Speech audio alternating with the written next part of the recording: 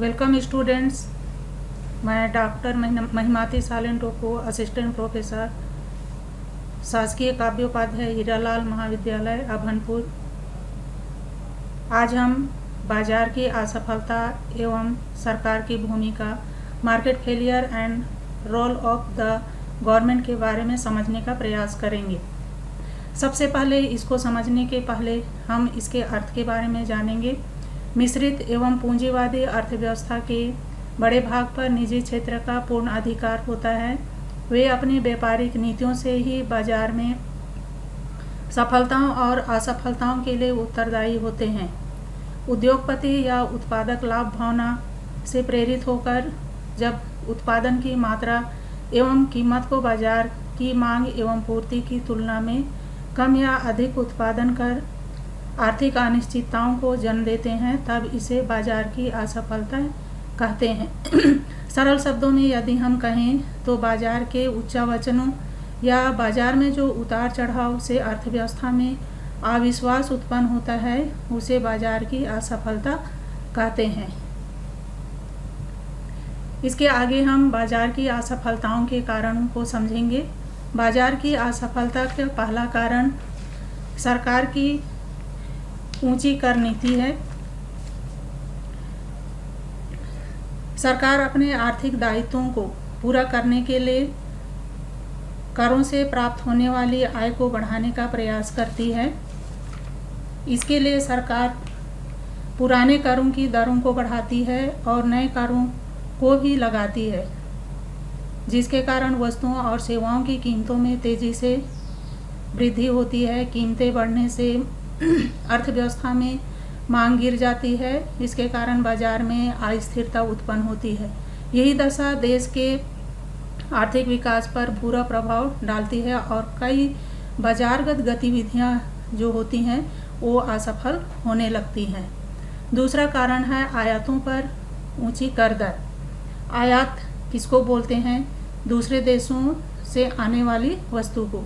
सरकार अपने छोटे और परंपरागत उद्योगों को आंशिक या पूर्ण संरक्षण देने के उद्देश्य से और आवश्यक आयातों को रोकने के उद्देश्य से ऊंची आयात कर लगा देती है, जिसके कारण जो अति आवश्यक वस्तुएं होती हैं उनकी कमी हो जाती है, जिससे उसके मूल्यों में तेजी से वृद्धि होने लगती है और बाजारगत जो क्रियाएं होती हैं अर्थव्यवस्था में वो असफल हो जाती है।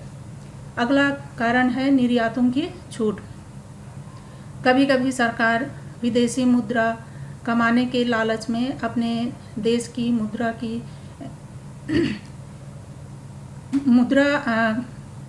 विदेशी मुद्रा की मात्रा को अधिक बढ़ाने के लिए सरकार देश की मांग की उपेक्षा करके भारी मात्रा में विदेशों को वस्तुएं निर्यात कर देती हैं, जिससे देश में पूर्ति मांग की तुलना में कम हो जाती है।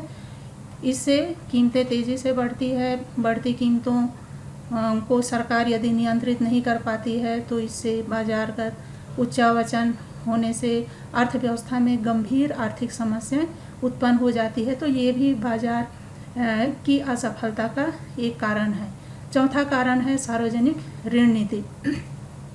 कई बार सरकार कीमतों पर प्रतिबंध लगाने के उद्देश्य से कई बार आर्थिक विकास के लिए प्रभावशाली ढंग से पूंजी एकत्रित करने के उद्देश्य से ऐच्छिक और अनिवार्य या बलात् ऋण लेती है। इसके लिए लोगों पर दबाव डालती है। इसके कारण लोगों के पास मुद्रा की कमी हो जाती है और उनकी मांग कमज़ोर हो जाती है। इससे भी बाजारगत असफलताएं उत्पन्न होती हैं। अगला है चोर बाजारी। सरकारी नियंत्रण और नियमन के अभाव में व्यापारी वस्तुओं की कृत्रिम कमी उत्पन्न कर देता है। कभी कभी व्यापारी वस्तुओं को गोदामों में बंद कर बाजार में उसकी पूर्ति को कम कर देता है। पूर्ति के अभाव को इतना गंभीर बना देता है कि अर्थव्यवस्था में पूर्ति कम हो जाती है। वही जो व्यापारी है वो चोर बाजारी में गोदामों में जो भरी वस्तुएं हैं उसको बेचकर भारी मात्रा में लाभ प्राप्त करता है। इससे वस्तुओं की जो कीमतें होती हैं अनावश्यक रूप से बाजार में कम और अधिक होती रहती है। इससे अर्थव्यवस्था की संपूर्ण जो क्रियाएं हैं उस पर प्रतिकूल प्रभाव पड़ता है। छठवां है जनसंख्या वृद्धि से ऊंची मांग दर। अल्पविकसित और अविकसित देशों में जनसंख्या वृद्धि दर बहुत ऊंची होती है। भारत में भी जनसंख्या वृद्धि दर बहुत ऊंची है। अल्पविकसित जितने भी देश हैं, इन देशों में जनसंख्या वृद्धि दर ऊंची होती है। वहाँ के लोगों की उपभोग करने की जो प्रवृत्ति होती है वो भी ऊंची होती है। जनसंख्या वृद्धि से उपभोक्ता मांग भी बढ़ती जाती है। अल्पविकसित देशों में उत्पादन के साधनों की कमी के कारण उत्पादन उस गति से नहीं बढ़ पाता है जिस गति से जनसंख्या बढ़ती है, तो यहाँ पर मांग अधिक होता है और उसकी पूर्ति कम होने के कारण भी बाजार असफल होने लगता है। अगला कारण है उत्पादन के स्वरूप में परिवर्तन। अर्थव्यवस्था में आरामदायक और भोग विलास वाली जो वस्तुएं हैं, इसके उत्पादन की लागत बहुत कम होती है, लेकिन बाजार में उनकी जो कीमत होती है वो अधिक रहती है, जिससे उत्पादकों को अधिक लाभ मिलता है। लाभ की इसी प्रवृत्ति के कारण निजी उत्पादक अति आवश्यक जो वस्तुएं होती हैं, इन वस्तुओं का उत्पादन नहीं करता है या उत्पादन करने में वह अरुचि दिखाता है। अरुचि के कारण कम मात्रा में वस्तुओं का उत्पादन करता है, जिससे बाजार में आवश्यक वस्तुओं का अभाव हो जाता है। आर्थिक उच्चावचन उत्पन्न होने लगता है और सारी अर्थव्यवस्था को तहस नहस कर देते हैं। ये भी बाजार असफलता के कारण है। अगला कारण है सरकार की मौद्रिक नीति। केंद्रीय बैंक की मौद्रिक नीति में उपभोक्ताओं को, मौद्रिक नीति के अंतर्गत उपभोक्ताओं को कम से कम ब्याज दर पर अधिकतम ऋण उपलब्ध कराया जाता है। ये केंद्रीय बैंक के द्वारा मौद्रिक नीति अपनाकर उपभोक्ताओं को अधिक से अधिक ऋण देने का प्रयास किया जाता है, लेकिन जो उपभोक्ता ऋण लिया है कुछ समय बाद उस ऋण को नहीं लौटा पाते हैं, तो ऐसी परिस्थिति में बाजार की संपूर्ण आर्थिक क्रियाएं गड़बड़ा जाती है और आर्थिक संकट उत्पन्न होता है। ये भी बाजार की असफलता का एक कारण है। नवा है मांग और पूर्ति की शक्तियों को अनियंत्रित छोड़ना। जब सरकार लोगों की कुल मांग और पूर्ति को खुला छोड़ देती है, उस पर किसी भी तरह का कोई कंट्रोल नहीं रहता है, तो उत्पादकों को अधिकतम लाभ कमाने का अवसर मिल जाता है। इससे भी अर्थव्यवस्था में आर्थिक संकट उत्पन्न होता है। अगला है सरकार की पूंजी प्रधान विनियोग नीति। सरकार की पूंजी प्रधान विनियोग नीति के कारण भी बाजार असफल होता है। सरकार विकसित देशों से प्रतियोगिता करने और कम समय में अधिक विकास करने के उद्देश्य से सरकार भारी और दीर्घकाल में उत्पादन देने वाले उद्योगों की स्थापना करती है, जिससे लोगों को रोजगार तो मिलता है, उनकी आय में भी वृद्धि होती है, लेकिन भारी उद्योग और दीर्घकाल में उत्पादन देने वाले उद्योगों की स्थापना के कारण तुरंत उत्पादन कार्य शुरू नहीं हो पाता है।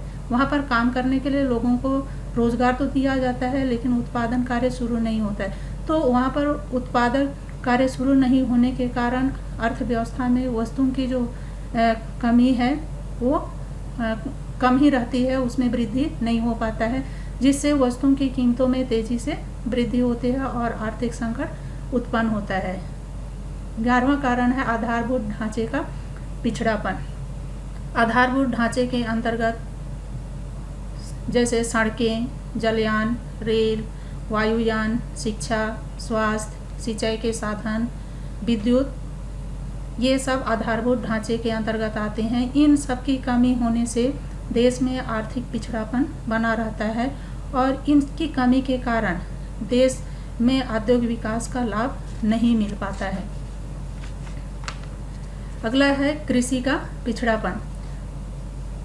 अल्पविकसित देशों में हम देखते हैं कि कृषि पिछड़ेपन की स्थिति में रहता है। साम्यवादी अर्थव्यवस्था को छोड़कर सभी अर्थव्यवस्था में कृषि की जो दशा होती है वो पिछड़ी हुई रहती है और यह जो कृषि क्षेत्र है ये निजी क्षेत्र में होता है। निजी क्षेत्र में होने के कारण जो कृषि कार्य करते हैं गरीब किसान केवल खेती जीवन यापन के लिए करते हैं, व्यावसायिक खेती नहीं करते हैं।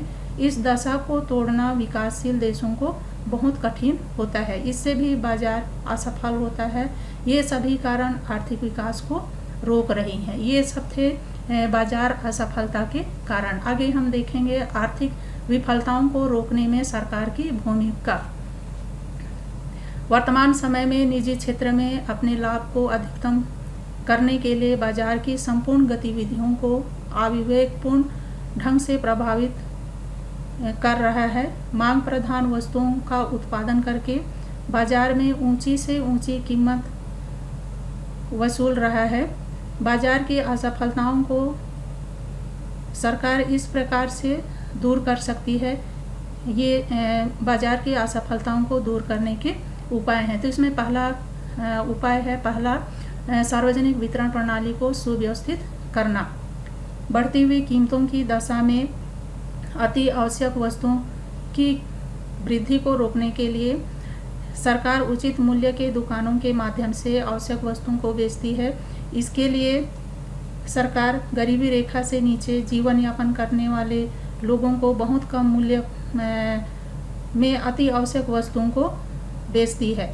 और ये सार्वजनिक वितरण प्रणाली के अंतर्गत लाइसेंस प्राप्त दुकानदारों को ही अनिवार्य आवश्यकता की वस्तुओं को बेचने का अधिकार दिया जाता है और उन्हीं लोगों को यहाँ से आवश्यक वस्तुओं की सेवाएं मिलती है जो गरीबी रेखा से नीचे जीवन यापन करते हैं। मध्यम और उच्च वर्गों को ये जो सुविधाएं हैं उनको नहीं दी जाती है। इससे सरकार बढ़ती हुई कीमतों को रोकने में सफल हो जाता है। अगला उपाय है आवश्यक वस्तुओं पर आयात कर में छूट। सरकार अति आवश्यक वस्तुओं की पूर्ति करने वाली वस्तुओं को आयात कर से मुक्त रखकर कीमतों को बढ़ने से रोकती है। इन्हीं वस्तुओं की पूर्ति घरेलू बाजार में बढ़ाकर कीमत स्थिरता को प्रोत्साहित करने का सरकार के द्वारा प्रयास किया जाता है। इससे भी बाजार असफलता को आसानी से रोका जा सकता है। तीसरा है करों में छूट। सरकार आवश्यक वस्तुओं को कर मुक्त रखकर और करों में छूट देकर बाजार में लाने की अनुमति देती है।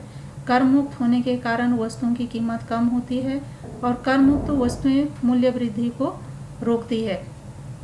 चौथा है निर्यात पर प्रतिबंध। सरकार उन वस्तुओं के निर्यात पर प्रतिबंध लगाती है जिसके निर्यात से देश में उन वस्तुओं की कीमतों में अचानक या नियमित रूप से कीमतों में वृद्धि होती है। इस प्रकार यदि सरकार समय रहते निर्यात पर रोक लगाकर मूल्य वृद्धि पर अंकुश लगा सकती है तो बाजार की असफलता को आसानी से कम किया जा सकता है। अगला है प्रशासकीय कीमत नीति। जब सरकार अपने द्वारा संचालित उद्योगों को अर्थात जो जितने भी सार्वजनिक उद्योग हैं इनकी कीमत नीति निर्धारित करती है उसको प्रशासकीय कीमत नीति कहा जाता है। सरकार अपने स्वामित्व वाले उद्योगों को नियंत्रित करने के लिए यह नीति अपनाती है। सरकार प्रशासकीय मूल्य कम करके वस्तुओं की कीमतों को घटाकर आर्थिक उतार चढ़ाव को रोकती है। अगला है सब्सिडी प्रदान करना। यदि निजी क्षेत्र ऊंची लागत पर वस्तुओं को उत्पन्न करके अपनी वस्तुओं की ऊंची कीमत रखकर बेचता है बाजार में। क्यों ऊंची कीमत रखकर बेचता है? क्योंकि उसकी लागत अधिक लगी है। ऐसी दशा में सरकार उन उद्योगों को अनुदान सहायता देकर निजी क्षेत्र को नीची कीमत पर वस्तुओं को बेचने के लिए प्रेरित कर सकता है। इससे आर्थिक स्थिरता अर्थव्यवस्था में बनी रहेगी। अगला है सट्टा प्रवृत्तियों पर नियंत्रण। बाजार में सटोरियों की कमी नहीं है। सटोरिये भविष्य की अनिश्चितताओं से लाभ कमाने के उद्देश्य से वस्तुओं के भावी मूल्य में तेजी से वृद्धि या कमी होने का अनुमान लगाकर कीमतों में अस्थिरता उत्पन्न करते हैं। इस प्रकार की जब गतिविधियां होती हैं तो तब सरकार सटोरियों के गतिविधियों पर रोक लगाकर भविष्य में आने वाली अनिश्चितताओं को समाप्त करती है और इससे आर्थिक अस्थिरता कम होती है। अगला कारण है बाजार की भूमिका पर नियंत्रण। सरकार बाजार की भूमिका पर नियंत्रण व्यवस्था अपनाकर भी बाजार की असफलता को कम कर सकती है। तो इसके लिए सरकार बाजार की भूमिका पर नियंत्रण व्यवस्था करती है।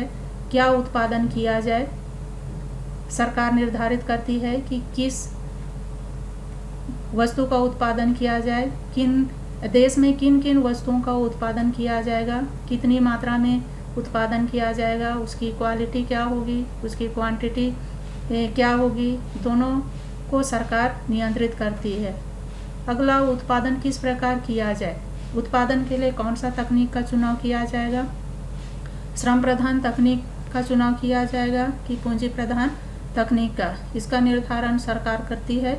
यदि श्रम सस्ता है और पूंजी महंगी है तो श्रम प्रधान तकनीक का चुनाव सरकार के द्वारा किया जाएगा। इसके विपरीत यदि पूंजी सस्ती है और श्रम महंगा है तो पूंजी प्रधान उद्योग लगाकर कम कीमत में वस्तुओं का उत्पादन किया जाएगा। तो इस तरह सरकार बाजार पर नियंत्रण करती है। उत्पादन किसके लिए किया जाए, इसके आधार पर भी बाजार पर सरकार का नियंत्रण रहता है। सरकार तय करती है कि उत्पादन देशवासियों के लिए किया जाए अथवा विदेशों में निर्यात के लिए। यदि देशवासियों के लिए उत्पादन किया जा रहा है तो उसकी कीमत कम रखी जाती है, और यदि निर्यात के लिए उत्पादन किया जा रहा है तो अन्य देशों में उस वस्तु की कीमत क्या है, प्रतियोगिता कितनी तीव्र है, वस्तु के गुण अन्य देशों की वस्तुओं के गुणों के बराबर है या नहीं, इन सभी बातों को ध्यान में रखकर उत्पादन कार्य किया जाए तो मूल्य स्थिरता के साथ आर्थिक विकास संभव होगा और बाजार की असफलता समाप्त हो जाएगी। आगे हम देखेंगे सरकार के द्वारा कीमत का निर्धारण कैसे किया जाता है बाजार की असफलताओं को रोकने के लिए। तो यहाँ पर डायग्राम में बताया गया है कि ओ एक अक्ष पर वस्तु की मांग और पूर्ति और ओ वाई अक्ष पर वस्तु की कीमत को लिया गया है। एस एस पूर्ति वक्र है और डी डी मांग का वक्र है। ये दोनों वक्र एक दूसरे को ई बिंदु पर काट रहा है। ई बिंदु पर मांग और पूर्ति दोनों एक दूसरे के बराबर है और यहीं पर कीमत का निर्धारण होता है। तो इस साम्य बिंदु पर वस्तु की कीमत का निर्धारण हुआ है ओपी और वस्तु की मांग और पूर्ति का निर्धारण हुआ है ओक्यू। तो यह साम्य बिंदु है, इसी के आधार पर कीमतों का निर्धारण होता है। यदि यह साम्य बिंदु किसी कारणवश इसमें परिवर्तन हो जाता है तो मांग और पूर्ति की शक्तियां दबाव बनाकर उस साम्य बिंदु को पुनः पूर्व साम्य बिंदु ई पर लाकर छोड़ता है। तो इस तरह मांग और पूर्ति की शक्तियों के द्वारा कीमतों का निर्धारण होता है। तो इस प्रकार हम देख सकते हैं कि बाजारगत असफलताओं की दशा में सरकार निराशा के वातावरण को तोड़ने के लिए कई कारगर उपाय अपनाती है और बाजार की असफलताओं को दूर करती है। धन्यवाद।